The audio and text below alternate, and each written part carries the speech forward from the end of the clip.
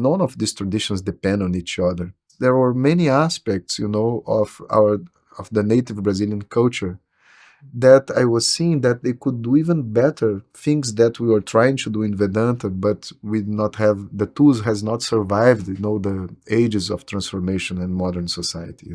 Somehow all these traditions, once upon a time, they were just one thing.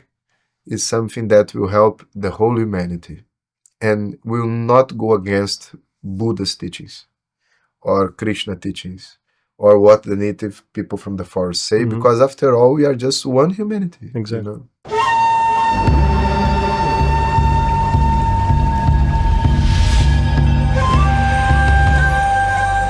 Wise Talks, cross-cultural wisdom for a harmonious world. Well, hi there! Welcome back to Wise Talks, the podcast where we invite outstanding minds across the globe to enlighten us so we can get rich and impress women. Just kidding, it's time to wise up. Today's guest, we've got Jonas Masetti, aka Vishwanath, a man that dished spreadsheets for ancient Indian philosophy. Then he went full monk mode in India, and now he runs the Vishwanath Institute in Brazil, teaching thousands how to find peace through Vedantic wisdom. He's so good, India's Prime Minister gave him a Padma Shri, which is like the Oscar in spirituality, except way cooler and with less red carpet. I am secretly wishing we will uncover a pattern between multiple ancient wisdom traditions today, setting a precedent for the entire podcast, as Jonas also studies with indigenous medicine healers. Let's go for a ride! So Jonas, tell us about your youth. How did you grow up, and what was your interest when you was young, and did you always dream to be a Vedanta teacher? That's a very good question. Do you mind if I do a prayer before I start? Of course. Yeah. Yes. Om Shri Guru Pyo Namaha Harihi Om Sadashiva Samarambham Shankaracharya Madhyamam Asmadacharya Paryantam Vande Guru Paramparam Shri Jagan Mataram Devim Stitadhi Padmakasanam Hridayasagaratitam Gomatim Pranatosmyaham Om.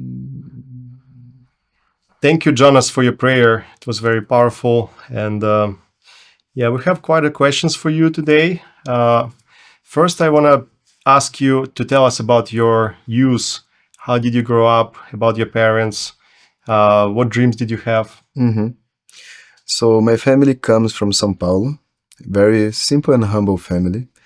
My grandmother was a seamstress. And my parents, they moved to Rio de Janeiro when my father got his first public employment there, And it was like a family of survivors, people that were struggling a lot to make a life happen, But my mother, she was very keen to educate well her children, So since young, I was alphabetized in English.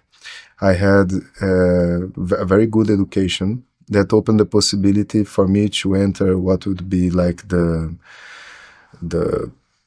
engineering school in Brazil, on the topmost, So I did study mechanical engineer, although my dream was to be a physicist. But nice. That was the best possibility. And after that, I decided to go to the stock market because it was not about, building cars and everything that I was interested. And so that's how everything started. So it's a family of survivors. I had also a part of my family that comes from Italy, another part that's their native people from Brazil. In Brazil, everybody's mixed. So that's why you have the last name Mazzetti. Exactly, it's from Italy. Oh, amazing. And when you've been growing up, have you ever thought about like becoming a Vedanta teacher? Never. I never heard about Vedanta in my life, you know. It was those things that we could never bet. Actually, by that time, I was in a very difficult situation because I was working a lot financially, materially. My life was going very well. But at the same time, I had a lot of conflicts at my home. And when I was looking upon all the, these senior managers and all these people in business, they were not happy with their lives also. So I came into a crisis, not knowing what to do of my life, what was the purpose of everything. And everything really started with a prayer. I went, looked to the stars from my porch, and I just asked if there is anybody up there, please send some help, And on the next day, I had the intense desire to practice yoga. And from yoga, I came to know about Vedanta. What was your age? By that time, I was like on my 20s. 20s, yeah. And you've been combining spirituality with business realms at that moment? We could say so. Actually, I was like an entrepreneur at that time. I had a company called Morningstar that was one of the first companies on this area of strategy, business strategy in Brazil. I went high very fast in the stock market and some other companies. And so I was like during the daytime, business hours with all these people working doing that. And by the end of the day, I was in the institute of my teacher learning Vedanta. So this was my life like for 7 years. Wow. Yeah.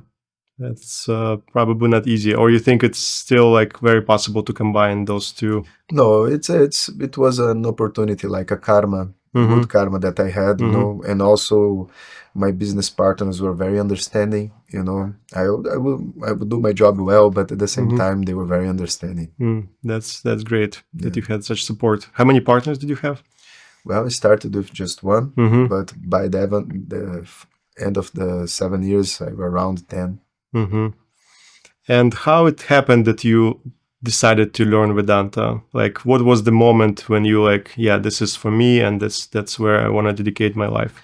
It was when I realized that the problems that I was having in my life, they were not new. There was something that for ages it's with humanity, So when I started to know about the Vedanta texts and my teacher started teaching me, like the struggles people would have thousands of years ago, I was saying, my God, this is what I'm going through, So there was a natural identification. And more you come to know about Vedanta, more you also get hooked by it because you start to see light. Your life starts to change without changing anything externally. You start to feel different and more in peace. So I just wanted more and more, Beautiful. And if you can tell our people who's watching this video, what is Vedanta so everybody can understand? Well, in a very deep way, is when the mind is able to realize that the biggest problem in life is you and not the external world. Sometimes, we talk to people and they say, my mother is crazy.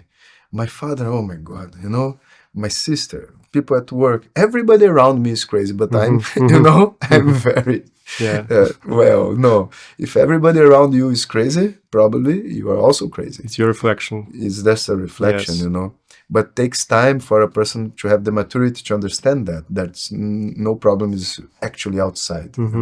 Who were your teachers of Vedanta? So the person who introduced me Vedanta was a very nice person. His name was Santosh Valuri. He was a yoga teacher and also a Vedanta teacher. But after like the first or second year that he was teaching me, he went back to India. He was for some time in Brazil. Then I studied with Gloria Riera, with whom I studied like for 5-6 years, And after that, with her teacher, Swami Dayananda in India. And those days, was Vedanta popular? Not at all. Actually, by those days, my teacher would have maybe 20, 30 students in the class, and she was teaching for 30 years, So nowadays, we got a boom in this Vedanta world, Also because of the internet and the possibility of a person to study at home. So at some point, you probably decided to exit the business, or what's happened with the business, because you left the Brazil to India, right? And started deep study of Vedanta. So how it's happened? I will tell you a funny story. A talk I had with my father. My father wanted me to be, a public servant, somebody that was working for the government, because in Brazil, this would give a lot of stability. The moment I decided to open my own company, he was mad, man. And he would say, my God, why are you doing that? You study so much. You should be doing this. This is safe, it's secure. But then I opened the business. After 5 years, I called him for a business lunch. And then he saw like 100 people that are working on in that company, And then I told him, this is my father, and this is my employees, blah, blah, blah. And then he was shocked how so many people. And then he became very important and started to give a lecture in the lunch. And then he said, you did the right thing, Yeah. 3 years later, I came to him again and said, Father, I'm going to India. He said, why?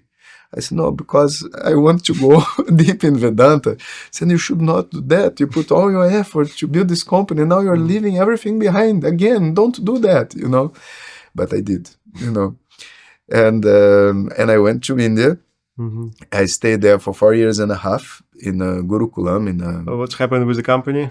Well, I sold my stocks to the other partners, And then he told me like this, everything is going so well. Why are you selling the stocks? I said, that's the moment you should sell the stocks. It's not when the company is going bad, It's when it's going well, and I sold well. So I went. And then when I came back, there was a Brazilian television did a documentary, on the Gurukulam and on my life there, And then again, I was in television, and then my father, came to know about all this, and he said, you did the right thing, And how was your living in India? Was it hard to study, and what is the conditions? Was it ashram, right? Yeah, it was hard, because I was not just living in India. I was doing a spiritual practice. So basically you have to stay detached from everything for 3 years and a half, but my course was 4 years and a half. And during this period, you stay in the forest. In a very, very simple condition. I did not even have a bed. Just lying on the floor. There was like a small toilet. And every day you come out from your room, and then you have to walk through the forest and go to have classes with your teacher, who also lives there. And the food was very basic, just boiled vegetables with rice and some things like this. And there was no entertainment, anything, just studying and staying with the teacher and going through a therapeutic process that when you go to these spiritual practices, it happens, So it's very, very hard, for the mind. And did you see people who failed, who kind of like didn't finish their study? Yeah, in general, half of the people fails, because we can't bear, staying with our own ego for such a time. So all the, our shadows start to come out, and you have to deal with it, So there are times that you don't want to live. And there are other times that you are in paradise, So you keep like going up and down until the moment that it stabilizes the process. It takes at least 2 years for this to happen. Wow. That's deep.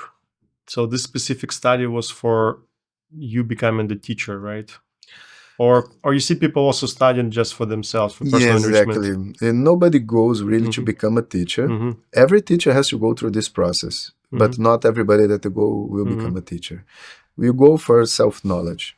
And when we go, we don't even know if we are coming back, because many people, they just decide to live there the rest of their lives. I thought I would become a monk and stay in India, but when it was by the end of the course, I understood that my destiny was in Brazil. So I, changed course. What is the Vedanta in simple words? Vedanta in the simple words, the word Vedanta means Anta means the end, and Vedas is knowledge, and also the name of this ancient body of knowledge of India. So in each section of Vedas, in the end of the section, there is a Vedanta text, something that is explaining a human being how this person can become happy, or how this person can understand who he is. So Vedanta is like the basis for self-knowledge. In humanity, the first time the word self-knowledge appears is on the Vedanta texts, Atma Jnanam, self-knowledge. When was written this text? Well, the traditions say by itself that the way it is written has the same mystery of how the human being came to earth. So whoever came brought this knowledge with them, Can you please tell us what is Bhagavad Gita? Of course. So in the Vedanta field, there are many, many different texts. The base of all the Vedantas are what we call the Upanishads, that are part of the Vedas. But then, for Kali Yuga, this specific time that we are living, there was a need that this knowledge also get, a practical drive, because the Upanishads are to be studied by people that are very high qualified. But in this time, people are not so qualified. So Shri Krishna, when he was here in earth, he gave the Bhagavad Gita, that are the teachings of Vedanta, for this time that we are living. So this is the Bhagavad Gita. Also in Vedanta, we have what we call the Prakarana Granthas, a number of auxiliary texts that help a person that does not know anything about Vedanta to enter this world of Vedanta. Do you really miss those days when you've been in business, or not anymore? Not anymore. Actually, as a Vedanta teacher, life is also very exciting. You meet different people, you have different challenges, but the drive is different. On the other days, I would be looking, for money, for power, for fame, Now it's a different mindset, We just think about how can we grow as a person, and how can we help other people grow together with our own process, And it's very exciting. Yeah. And do you have a lot of people who is seeking for help, who is entrepreneurs, and how it helps you to help them if you have those like people? Yeah, I have many, and some very powerful people in Brazil, and people that sometimes are in top positions of different companies. They study Vedanta, in disguise. They are there. Nobody knows they are there. But then we have some private sessions where we discuss, philosophically, what is behind this business process, So I try my best to take what is there in the Vedas that can help them. And they are very intelligent people, so they grasp very fast. Just some concepts I throw from here, they get from there, and they bring something new, So the whole idea is to understand that a successful person in the business, needs to be a spiritual person. There's no separation between the material world and the spiritual world when you go on a higher level, although your life will become a big mess, So when this understanding is set on the mind, there is no option for a person in a high position in the material world not to study Vedanta or work on itself, So what are some practical techniques for personal growth and mindfulness based on Vedanta? Okay. So there are some things that can really help a person. First, to understand that emotions, they need to be discharged. What does mean? Is that there's nothing wrong with emotions. They are helpful, they are healthy, and it's part of the beauty of life to have emotions, But if my emotions are really charged, maybe from childhood or from situations that I have not expressed, they start to create trouble.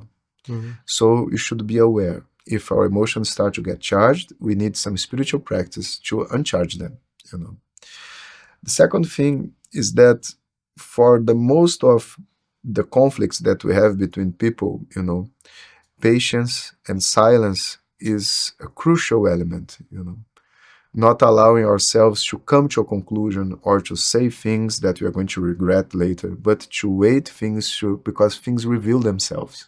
We don't need to hurry, And the third good point is pay attention to the small details of how do you structure your day. If you start, I don't drink, but imagine a person wake up in the morning and do some ice bath, go for a run, go put the children at school, have a nice day of work, and by the end of the day, he just take a small cup of wine, and go to sleep. You say it's a perfect day. Maybe I don't drink, but okay. But if the person do the same thing, taking the wine in the morning, it will become a mess. So there are some small details that we have to look upon, starting the day with a prayer, like giving quality time for the family, like these small details, because it's not about spending the whole day with the family, but these few moments that we are with the family, they should be quality time, So this is the line. And do you see in your practice, from your experience, a lot of people are transforming, healing, and reaching the highest potential by learning Vedanta and following these teachings? Yeah. But we should know that there are 3 phases, The first phase, when the person enters spirituality, overall, not only in Vedanta, but in Vedanta also, is the healing phase. So things are unbalanced, and this person will use meditation and other techniques together with the Vedanta study and become healthy. Then the second part is where you have to work out, because all these charged emotions that we are carrying, they need our effort.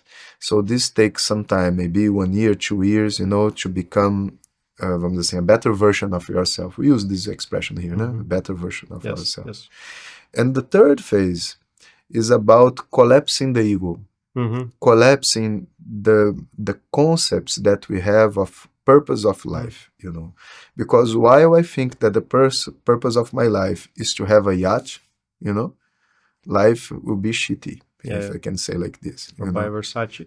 Yeah, because, life is not about objects. It's about love. It's about compassion. It's about forgiveness.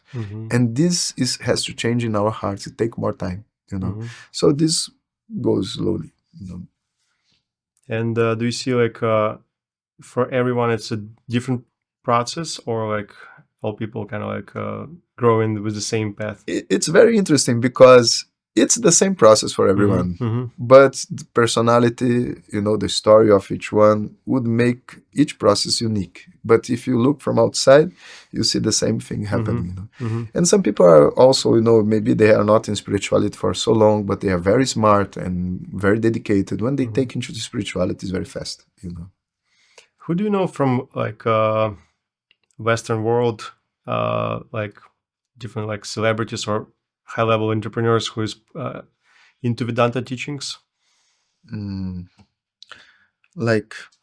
Studying with me, already some actors did study, famous actors from Brazil, and also some big businessmen from Brazil also, that I cannot tell the names, but there are people that work for them. They are very powerful, What is your mission? Well, as per what I understand now, because I like to go with the flow of life, I am in charge of sharing and expanding the vision of Vedanta for the Western world, in a very particular way, because there are many teachers that explain Vedanta and they are teaching, they do a really good job, But because of my past, maybe, or my personality, I have an opportunity to do it in a very strong and bold way that many people need, and they don't have time, to go through a process of 10, 20 years, So all these spiritual practices that I do, in general, they have this quality of being very strong and very bold, which also means that's not for everyone. So basically, because you are from Western world, you found a way how to deliver these teachings exactly to everyone. To do the bridge. Yes, to be the bridge. Yeah, thank you so much for doing that. So 2020, and you've been mentioned on TV by Prime Minister of India as an ambassador of the Vedic tradition in the America. So it was 7 years after you finished your graduation. Exactly. And Yeah. What exactly happened? How you received this achievement? Well, it was a surprise for us. We did not know this was happening. Mm-hmm. And basically, the prime minister came in public television Mm-hmm. and compliment our work, said that we were doing a great job and that we were ambassadors of the Vedanta tradition in America. And this happens because we have reached more than 200,000 students in Brazil. Mm-hmm. And the Indian government came to know that, and they thought this was very impressive. And should also say that's not only my work, because we are like a big family of students, and everybody works together to spread this knowledge, so it's a recognition of our whole family. Beautiful. And just recently, 2025, you've been also recognized and received the highest recognition of India, right? Which is Padma Shri. And it's for your scholarship in Indian spiritual traditions. Can you please tell us more about also like what efforts you've done to receive this? Yeah. As per what I understood, this recognition, it's like something that is given to unknown heroes. Mm-hmm. That's how they call, So people that are doing a great job and needs to be recognized, but nobody knows, So I think on that front, they chose my name. And I should say, I sometimes feel shy when they say this, because in India, there are so many different teachers, masters that are better than me in many ways, elders than me, so sometimes I feel strange when I think about that. But at the same time, I understand why they did that, because even for the Indian tradition, sometimes, when we listen to somebody from outside, we value even more our own culture, Yeah. So I accept that. So it was not a surprise for you, yeah? Yeah, it was a surprise, but at the same time, I understood, what they were doing, and I did not really got excited, like, oh, that's so nice, because I know these things comes with a lot of responsibility, So representing a culture and talking in the name of Vedanta is something that we really need to take care of what we are doing, And in 2020, you had in Brazil 200,000 students, right? Yeah. And 2025, it was around increased, right? 400,000. 400,000. Yeah. Okay. Yeah, it's a lot. And can you please tell us about this famous photo with Prime Minister? Where you took this photo? And Sure. It's part of our study program that the students learn Sanskrit. So after 3 years of intense study of Sanskrit, they have to perform like a final thing, to show their knowledge. So we prepared a play of an epic of the Vedic tradition called Ramayana. So these students, they were like, they are not actors. They are just like very effortful people, and they were like practicing how to perform this, and they were doing everything in Sanskrit. And then the same way, the embassy came to know that there were foreigners speaking in Sanskrit and doing a performance on an epic of the Vedic tradition. And when the prime minister came for the G20 meeting in Brazil, they asked, could you perform to the prime minister? And I said, well, let's do it, And my God, we rehearsed day and night, and how many days they gave you to prepare? 1 month, but 1 month. Yeah, but we already doing it like for 1 or 2 years, like performing. So it was just a matter of adapting the play for 5 minutes, And so we did it, with the prime minister. I opened with a Sanskrit speech, and then people came and did all the main scenes of the epic, and they were very impressed. Even the security guards, they were like touched, and wanted to take pictures in the end. So he came and took this picture with us. So important for us. Wow. Were you nervous by taking the picture or not? Yeah, with the picture, no, because everything was over. So I was like, but like in the beginning, I was very nervous, because it's not easy, to speak in Sanskrit, to perform, and also to show, because we do not want just to do a performance. It was an act of gratitude, We drank from that source, from all this tradition from India for 10, 20 years. I was studying, and then I had an opportunity to say thank you. So for me, it was very, very profound, So after you've graduated in India, if we can call it like that, okay, then you coming back to Brazil and start teaching people Vedanta. Yeah.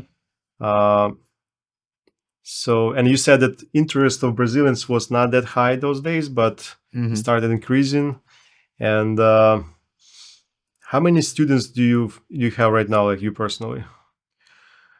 Well, and how was it when you started? Yeah, I started with like 5 students, 8 students, just some close people. I remember like one of my students gave me a fridge so that I could have, a cold water at home. And but it was never about the number of students, So I did my best. I said for 1 year or 2 years, I will do non-stop. And after that, if it does not work, I'll go back for, whatever I was doing before. But it did work. After 2 years, I had maybe 50 or 100 students, or more or less. I was able to survive, And then one day there was a big rain in the city and the students could not come for class. And some of them asked if they could watch through Skype. Those times there was no internet or anything, just Skype. Yeah. And these guys start doing that. And then they figure out that if they watch the class through Skype, they would, had 2 hours more in life, because 1 hour to come and traffic jam and all that. So slowly all the students start watching through Skype, and then we would do retreats to spend time together, And then I decided to do it openly in YouTube, So I put some a free course in Vedanta online in YouTube. Was it in Portuguese? In Portuguese, and it became very famous, So a lot of people from the yoga community start watching, and slowly the group started to grow, Then we had so many short courses that we do. On the short courses that we have this high number of people, So this last course we had on meditation, we had 140,000 people in Brazil, It just ended like 1 month ago. What was the highest amount of people in meditation that you I think it was gathered? This time 140,000 people, Imagine in Brazil, 100,000 people meditating every day in the morning for like 3 weeks. It's crazy to think about. How is it possible? Yeah, that's a lot. And something it's very also pleasing to the heart, because I come from a simple family, is to see how people from all different kinds of parts of society also come. We had like tractor drivers, bus drivers, police officers, firefighters, people like that are waitress in all parts of society, women, men, young, old, everybody. It was so nice. It's very, very fulfilling job. Yes, thank you again for doing that. And we need more of these teachings and more of these gatherings, and more light, more wisdom, and more unity on the planet. Yeah, you founded the Vishwanath Institute in Brazil, right? Can you please tell us more about the institute and when it was founded? Well, the story of the institute started with my first teacher, because when he started teaching in Brazil, together we opened this association, so that he could teach. And I hold it. So when I came back from India 10 years later, I started over again. And we stayed as an institute for more or less 5 years. And then after that, we had this opportunity to become what we call technically a gurukulam, a place where we can have the high studies happening, like the same that I had in India, now we can have in Brazil. So we have a place in the mountains away from, the big cities where the students can just stay inside for many years studying. Beautiful. Where exactly in Brazil is it? So it's next to Rio de Janeiro, 1 hour and a half from the airport. There's a small city called Petrópolis that's adequate for that. And do you have only Brazilian students, or you have students from any part of the world? Well, first, all the teachings were in Portuguese. So basically, we had Brazilian students and Brazilians that were spread all over the world, But now we have just opened this year English classes. So we have like a small group in San Francisco, a group in New York, and from somewhere in Europe, just starting. And people who study with you, they also can become Vedanta teachers, which is acharyas, right? Sure, why not? Just depend on them, on the commitment, but also on their karma, But we should not focus on that. We should focus on self-knowledge, and if it happens to be, let it be. You mentioned that you have an indigenous roots, right? Exactly. Yeah. Can you please tell us, at what point of your life you felt the call to study the spirituality? Sure. So after I came back to India, maybe 5 years later, I could see that some people that were learning a lot of Vedanta, they still have a cultural clash because they were not from India, they were from Brazil, and they have to adapt many things to be able to relate to that spirituality. And when we see the Indian people studying, for them, their great-great-great-grandfather was one of those masters that were there. They feel like they own that, and they deserve that. So I was understanding that the students need to have a stronger connection to go further.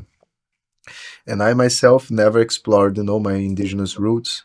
So I said, let's look onto that, Then I had the opportunity, because being a spiritual leader in Vedanta, also the doors open in all other fields, So I came to know many different spiritual leaders who welcomed me and showed the tradition, So I had many students that are like also leaders in Daime, União do Vegetal.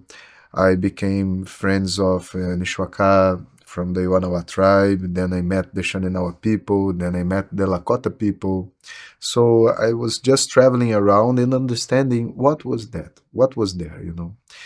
And I had a very good surprise, because although Vedanta is very strong and effective, and really none of these traditions depend on each other, but I had a very good surprise because there were many aspects, of the native Brazilian culture that I was seeing that they could do even better things that we were trying to do in Vedanta, but we did not have, the tools has not survived, the ages of transformation in modern society, So I understood that somehow all these traditions, once upon a time, they were just one thing, And maybe they did not have a name, like Vedanta or this, just spirituality. Right. And now they are separate. So we need respecting each culture, we need to combine what is working in each one of these cultures, so that we can provide to the same human being, the best of what is in spirituality now, So the last years I have been roaming around and not only, knowing, but doing the practice. So the same thing I did in Vedanta, with going to India and etc., I did on the forest. I'm doing also on the Lakota tradition. Not to become a pajé or, a Lakota chief, because that's not my karma. I'm a Vedanta teacher. But that's the way also I can show other people that we are all the same. And everybody, has something to learn new, to grow, Exactly. And pajé, by the way, it's a master teacher in the Amazon context. Yes, yes. And speaking about pajés, who was your teacher? You said you met Nishivaka, but then you started study with Shaninawa. Who was your teachers in Shaninawa tribe? In the Shaninawa tribe, the spiritual leader is a lady called Pajé Mashi. and she's more old. And the tribe that I have more connection, the leader is called Pajemana, and also his brother Pajebusan. So these three were like my main teachers, on this, let's say, Amazon line. So Shaninava resonated with you the most, right? Yeah, they did. Also because of the strength of the medicine, because I like to do these things that go more deep. And also they are in the forest, they are considered to be healers, and this also connected me. Yes. And what you can tell about Shaninava people in general? What is their traditions, and what we can learn from them? How they can help the world? Well, I would say in two ways. First, all the healing practices, they are very strong, very effective. I think in all Amazon traditions are like that. I'm not saying Shananawa are better than anyone, but I learned there, and I saw many people getting healed and having a different perspective of life. But and at the same time, they have a very joyful way in the medicine. So they heal through joy, and this is something very special. How much time you spent also to study with them and study their spirituality, and what was the way to work with them and learn from them? Was it like a diet or? Yeah, so I did several diets with them in the forest, but also they would come and stay in the Gurukulam for some time healing people, and I would join all the healing ceremonies, and learn on the practice of what they do, how it is, and at the same time go through the healing myself, because after all, there is no learning, to become a pajé, or it's more about going through the process yourself, So I submit myself to the process. And how do you see? Do you know if do you see indigenous people also learning Vedanta and from you, or some exchange? I have 50 native people from Brazil in Rondônia learning Vedanta, and some small people, like few people from different villages that they also learn, and lots of them, they love the pranayama practice and the meditation practice that are very unique in Vedanta. And what kind of parallels do you see between Vedanta and indigenous spirituality? You said it all comes from one spirituality, but can you say can you share a couple words, like that, Yeah. Well, if you look, the way of the medicines in the forest, they are like a way of life. And the fact that they don't have so much contact with the modern world, the city and everything, they have a very pure way of relating to themselves. The way the community is structured, the way they exchange inside their relationships, it's a big school, man. If you spend there like 1-2 months, you change your life just seeing how they behave as a society, So this is the first aspect. Then the medicines, they open the heart, It's not much about the ego or the intellect. It's about the heart, the emotions, the energy of the body. So this part also, I can say that these medicines can really help, Then when you look to Vedanta, it's about the ego and the intellect. So look, what a nice compliment, Right. You have somebody explaining to your ego and how things work, what's the purpose of life, and there is another person showing, practically speaking, how to let it go. So when these two things combine, it's very, very powerful. And how did you meet Vernon Foster, and how you also decided to learn from Lakota, and what was the study with Lakota? Can you tell a little bit more about Lakota's traditions and spirituality and wisdom? Sure. So I can tell a little bit like how it was in a spiritual perspective, One day I was, I think in Spotify or somewhere, I just listened to a Sundance song, It went so deep, like I used to do meditation and I just said, this has something very special in it, So I spoke to my wife. I said, look, I need to learn this, because it's calling me. And then she said, oh, try to find in YouTube or some place. I said, no, I'm not going to study from YouTube. I need an authentic person that will do that. And then she said, but how this person will come? I said, it will come. Then I did a prayer, on the fire and everything, and just waited. 1 month later, there was this pandemic all over the world, and a friend of mine just gave me a call. Man, you don't know what happened. I said, what? There is a guy that's living next to you in Petropolis. He got stuck during this pandemic. He could not travel. He was like traveling the world, to give lectures like I'm doing right now, And he could not move because of everything was closed. And he was stuck in my city, and he was like 5 minutes from my home. So you made him stuck. No, I cannot tell that. With your prayer. Not my prayer, but but really it was just like that. And then we became very good friends, and we have been together since then. Like teaching and helping people, learning from each other. Nice. You've done sweat lodge with him? Oh, many. Yeah. Very hot sweat lodges. Yeah. Sweat lodge is awesome. Yeah, so good. What about Sundance? Have you ever been on Sundance? Yes. So once I understood what was the Lakota tradition and this spiritual call inside of me, I said, I don't want to miss this opportunity because I have the chief with me, and a very authentic person. So every week I would go there to do the chantings, sweat lodges, and then start doing the vision quest and also the sun dance, So I'm a sun dancer. Nice, beautiful. How it's called when you put like some kind of like things? Pierce? Yeah, piercing. Yeah. You're planning to do that? I already did 3 times. Yeah. Oh, nice. Yeah, that's amazing. I'm also planning to do that. Yes. It's one in a life experience. Yeah, what is interesting also, like I'm learning Lakota traditions and also like indigenous from Amazonia traditions, And all this business background that you have. Yes. Very big connection. I have a strong calling also to inspire like entrepreneurs, and help them because like I know how it's hard to be an entrepreneur, and That's so nice. It's very stressful for many.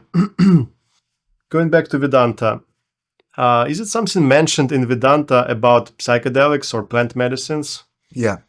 So in the Bhagavad Gītā itself, there is a verse that's say as Soma Puta Papaha, of people that were cleansed by drinking Soma, And many other texts, they mention that there was something that people would drink that would help them change in their state of mind, to be cleansed and to be purified for the studies. So the Vedas and Vedanta accept all this tradition of different types of medicines. And then on the Yoga Sutras itself, it's said that changing the patterns of thought on these altered states of consciousness can be done through 5 doors, through Vyama, through exercise, through mantras, with pranayama. Pranayama means breath work, through dhyana, meditation, and through aushadam, through medicines, So it is there. And Vedanta started, when Vedanta teachings approximately started, was brought to the world, like how many years ago? Oh man, nobody knows, because like the most ancient texts that we have in humanity are, I think it's the Rig Veda. Rig Veda, where Vedanta is inside. It was maybe, I don't know, 5,000 years ago, but the text itself say that whenever a human being comes to being, the Vedas are given to that first person, So we really don't know. And in those first texts, they already been mentioning plant medicines, right? Yes, since the beginning. What do you think about unity consciousness? What is for you unity consciousness? Unity consciousness. Yes. Yeah. So, understanding consciousness, it's something that you have to progress. It's not something that you go at. The reason I'm asking because like you see, like you're learning Vedanta and some other teachings, and pretty much some religions or belief systems, based on kind of like that you just need to study only one thing, like basically, and it's like a lot of, in general, separation in the world that we have, not just in spirituality, but kind of like, I believe that unity consciousness, it's like when, we're one. Okay, so talking a little bit on this subject, I understand that anything that, it's maybe will help your body to become healthy cannot contradict each other, Right. So if there are different spiritual paths and they are there to make you a better person, they should complement each other. They should not fight against each other. If they are fighting, it's because there is the human touch, finger inside, ignorance and all the problems that we have as human beings, So for me, spirituality is something that can embrace religion, but is bigger. It's not about form. It's not about, discussing what the name of God is, because it does not make any sense, The creator of everything has a name, Peter. What's the sense of that, And also, I cannot accept in my heart anybody that tells me that the purpose of life is to be happy after death. Because if it's for me to be happy after that, why I was born, Exactly. So all these things now, they are going to become very evident also to people, because religion spread, but now spirituality is also spreading, and it makes a lot of sense, If you take like a native person from the Amazon and you take it to a church, it will pray. If you take to a mosque, it will pray. Wherever you go, for this person, there is no division. If you take a person from India, it will be also the same. And many people from India, they come and they meet the native people from the Amazon. They don't have any problem with if they say Shiva or Shava. It's the same, So these are all this modern way of thinking applied to spirituality, And this is something very crazy to think about, how things have changed, 100 years ago, 200 years ago, the priests on the church, they were married. They were not single, And we had even a pope that had children, And nobody talks about this, But, we should really rethink things, understand that if, you have your devotion towards Lord Jesus, that is something very unique, special, and his teachings, no doubt, is something that will help the whole humanity and will not go against Buddha's teachings or Krishna teachings or what the native people from the forest say, because after all, we are just one humanity. Exactly. What are your thoughts about the new age, specifically the age of Aquarius? Everybody's saying that we are transitioning to the new age of Aquarius. What is your thoughts about it and the mass awakening of people? Yeah, man. This is a difficult subject because massive awakening implies a massive problem, And people in general don't want to talk about that because it seems that you are creating expectation of problems and disrupting people, hope that everything will be the same. But we are businessmen, we've gone through this path, we know how things are going and that the system has to collapse, sooner or later, And when this happens, the only way for a person to become steady on its own mind is with spirituality. There is no other way, So materially speaking, it will be a big problem, but spiritually speaking, it will be a big opportunity. So whoever get the chance, to connect themselves even before the crisis, it's in a big advantage, So it's very important right now to grow spiritually. Very important. It's the most important time to do that. Yes. Yeah. Before things gets bad. How do you think Vedanta teachings can help us as humanity, to transition to the next level of evolution? Vedanta can help for us to understand that the external world and the people, they have nothing to do with our happiness. And we should not consider them responsible for our happiness. Vedanta is about taking responsibility, being in charge of the decisions that we do, the relations that we have. So it's something very, very unique and very strong, for these times that we are living.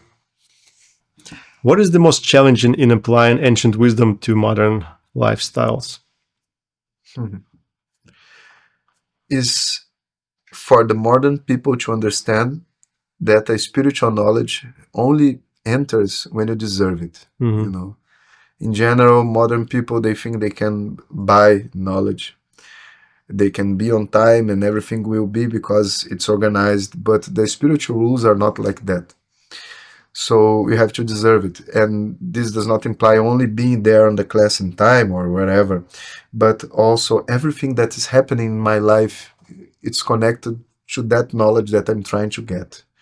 When this is understood, the person goes very fast. If this is not understood, you are stuck in, like in a bubble, Jonas, how do you think Vedanta teachings can build greater consciousness in today's leaders? Vedanta can make a lot of difference in the leaders of today because it will help them to structure the ideas of how the mind of a human being works. Understanding their own mind, they can understand better how to deal with the other people. And also, leaders in general are very different than the people they lead. And in general, a leader tries to do to the people the same that he would do for himself. So unless this person has an understanding of how the different types of mind work, he cannot really relate to people. Many leaders, they are somehow very lonely, on their personal life, because they don't have the ability or the time even to think about that, So when Vedanta study come, we create an opportunity, for this person to understand that there is a different world, different than his own mindset, his own way of thinking. And his way of thinking is not even better than the other, It's just a different function, different role that this person has inside the society. And then he will also start to learn from these other people.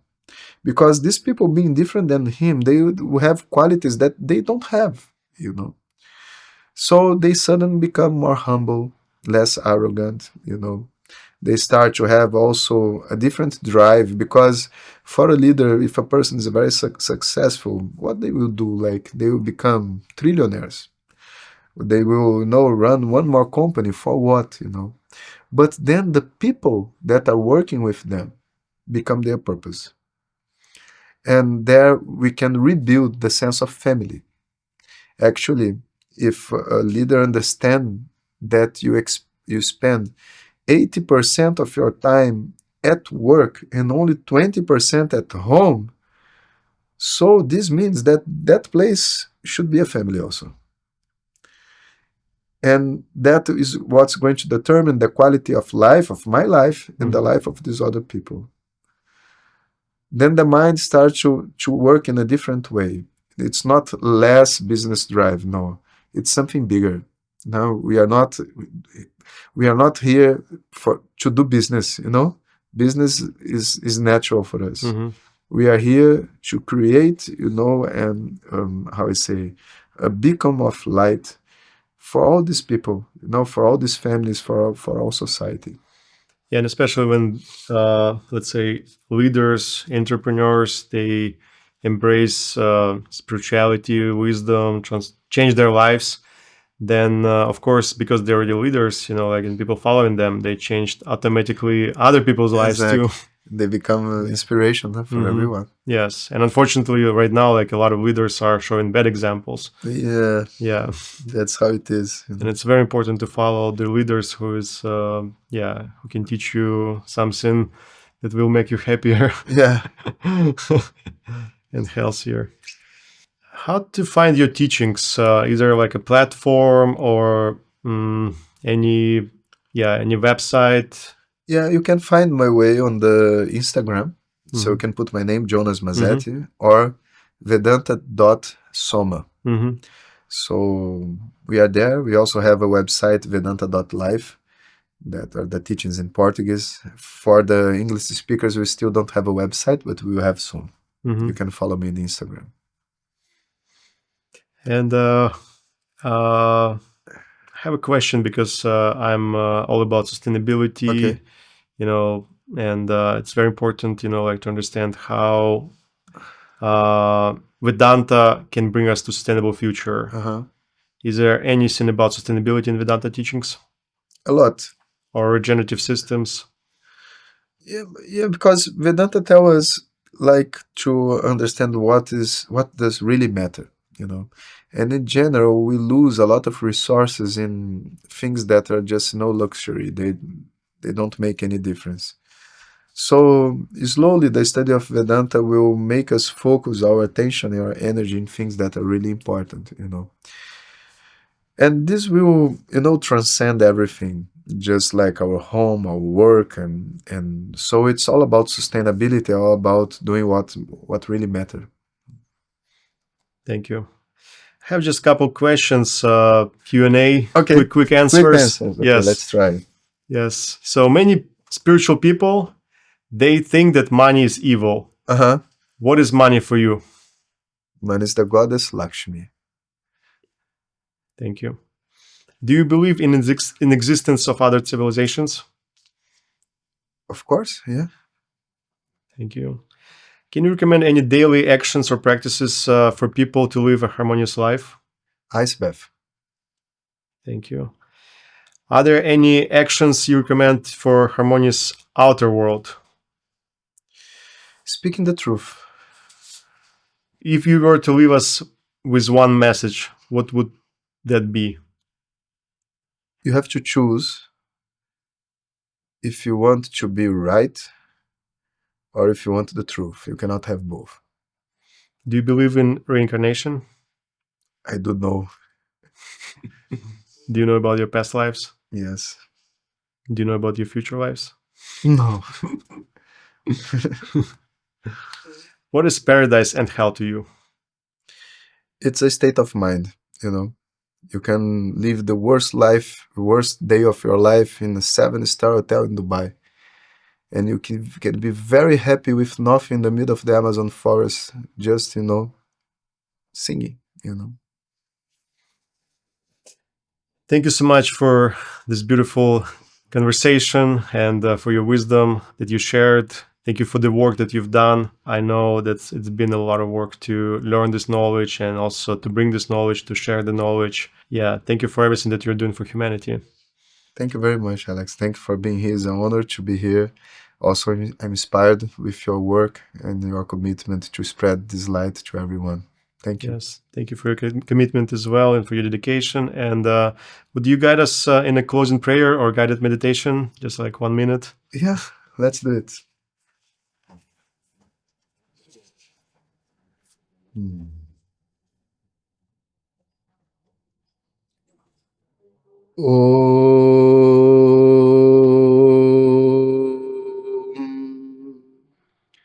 Swasti prajabhyah paripalayantam nyayena margena mahim mahisha go brahmanebhyah shubhamastu nityam loka samasta sukhino bhavantu kale varshatu parjanyah prithvi sasya shalini desho yanksho bharahitaha brahmana santo nirbhaya om sarvesham swastir bhavatu sarvesham shantir bhavatu sarvesham purnam bhavatu sarvesham mangalam bhavatu om sarve bhavantu sukhinah sarve santu niramayah sarve bhadrani pashyantu ma kaschid dukkha bhag bhavet om asato ma sadgamaya tamasoma jyotirgamaya mrityurma amritangamaya. Om Purnamadav Purnamidam Purnat Purnamudachyate Purnasya Purnamadaya Purnameva Vashishyate. Om Shanti Shanti Shanti. Harihi Om Shri Gurubhyo Namaha. Harihi Om.